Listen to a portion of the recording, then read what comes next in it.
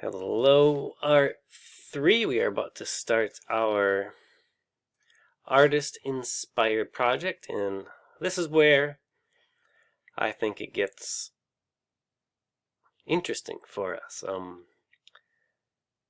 This is where we start heading in our own directions, and we're just grounding this in an artist study. So that's the beginning point. In the end, you will create an original work of art in this style you like, using the medium you like, etc., etc., and you'll be doing that for the rest of the semester.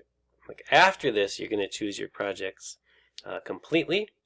But to get this start, we are going to begin with an artist study.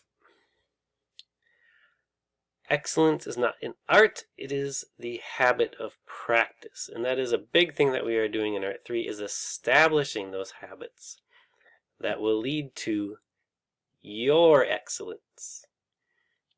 So you need to figure out what works for you, and we will be reflecting on that as we go. Standard 1, studio habits.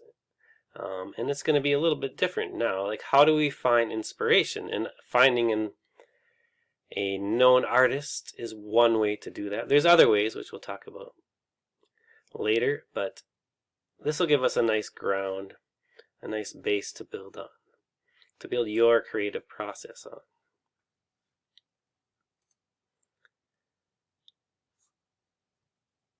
So find an artist you like, and you can be inspired by many different reasons. It could be their style, it could be their subject matter, their technique, their message, their use of color, whatever it is. Take your time and find somebody you are genuinely interested in. You can go about it starting with an artist, just dig through artists till you find somebody that jumps out at you, or you can go the opposite way. Say I'm interested in painting, we can start looking for painters. Say I'm interested in abstraction, I can start looking at artists who abstract. So there's a lot of different ways to approach this, and I encourage you to take your time and find somebody who is truly inspiring to you. So we're looking at investigation in a different way. In our first project, we're looking at, we're observing, we're doing an observational drawing.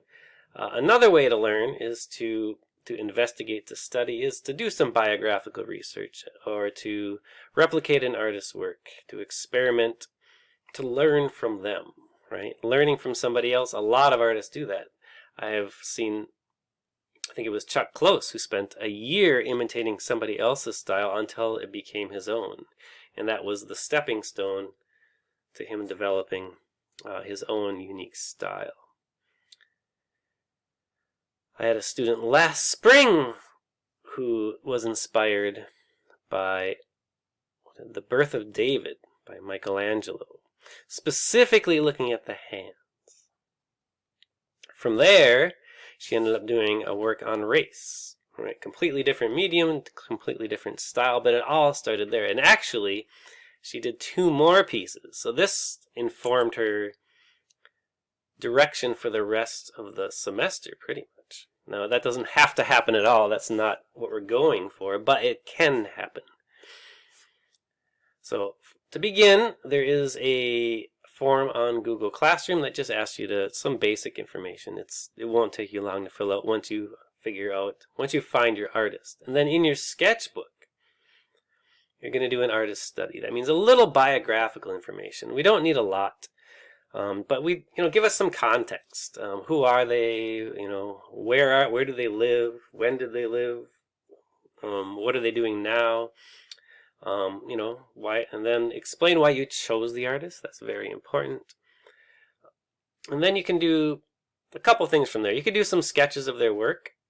That would be enough. Or you might try to do a full color imitation of their style, right? Trying to learn from them by recreating their work.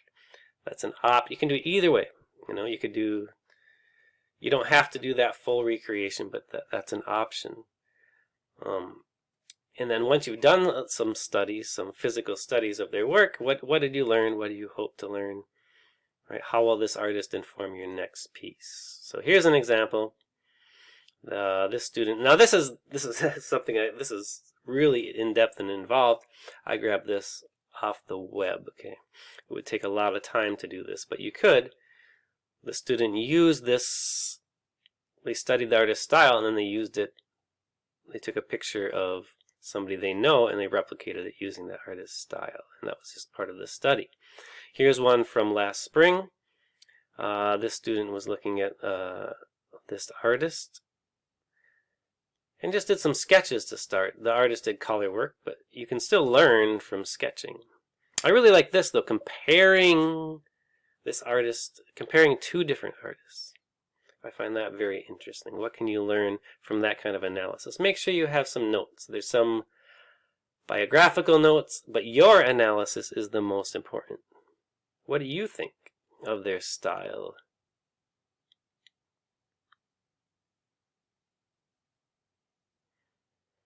And keep it interesting, right? We're gonna be looking through these. Make sure that the layout looks good, and then after that, we develop our own project, right? I do want to see a robust creative process. Fill a couple pages in your sketchbooks. Do some sketches. Figure out what your intent is. Do you need to rethink your composition? Do we need to do some studies, some practice before our final piece? And this is going to vary with each individual student. I'm comfortable with that. But it's got to be there. We want to see a creative process. We might not need to do this for all of our projects, but definitely for this one. So here's an example where she took this analysis and started applying it to herself. And then they ended up with a final piece that looked like this. Right? It is original, but based off things learned from that artist. Here's another example. Digging into Andy Warhol, a little biographical information, a little bit about pop art, some studies, some color studies, and then planning their own project.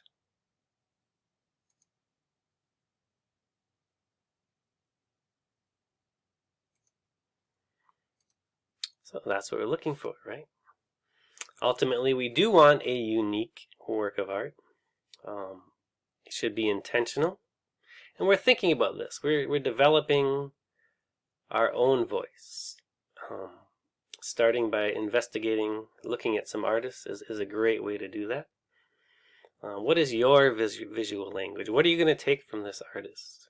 What are you going to make your own? What are you going to change?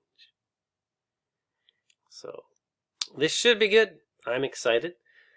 If you have any questions, come to me right away.